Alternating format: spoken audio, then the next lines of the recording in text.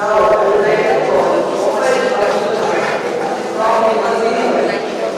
say the world is burning, wars raging, children crying, and nations dividing. Yet amidst that fire, a blue flag still flutters, fragile, faint, but unyielding. That flag does not belong to any superpower. It belongs to all of us. It is the United Nations, humanity's last promise to itself. Good morning, ladies and gentlemen. Today, I stand before you with conviction. No, the United Nations is not the mouthpiece for world powers. It is not a stage for domination. It is the echo of humanity's designs. They call the UN weak because it doesn't shout. They call it useless because it doesn't take sides. Yet tell me this, when has peace ever been loud? When has fairness ever needed a flag of conquest? The UN is not silent because it is powerless. It is silent because it listens to the cries of the children of Gaza, to the refugees crossing oceans, and to the forgotten who still believe that someone is out there fighting for them. And it acts. When famine hit Yemen, 13 million were fed each month. When earthquakes struck Turkey and Syria, 9 million were raised to safety. And when Ebola spread in West Africa, tens of thousands of lives were saved, all because of the UN.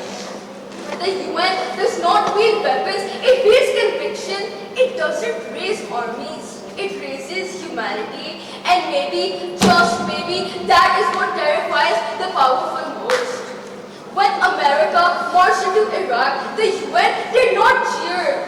When Russia rolled into Ukraine, the UN did not look away. And when greed disguised itself as glory, the UN was still there, battered, bruised, but unbroken. The UN is not the servant of the mighty, it is the burden bearer of the many. It carries the weight of the world's consigns. And yet, every morning, that blue flag rises, not as a symbol of perfection, but as a promise that humanity will try again. Yet, people love to mock it. They say the UN can't stop wars, and maybe it can, but you know what the UN can do? It can feed a child before that war starts. It can rebuild a home after that war ends, and it can teach the next generation not to repeat the same mistakes that hurt their ancestors. Tell me, is that weakness, or is that the purest form of strength that there is? The UN does not chase glory, it chases peace. It does not make headlines, it makes hope. And in a world addicted to conflict, the one who chooses peace will always look powerless. The UN, and yes, the UN stumbles, it compromises, it bends under pressure. But so does every single human heart that still dares to care. The UN at its heart is human, flawed, emotional, and hopeful. It is us reflected, imperfect, yet still trying.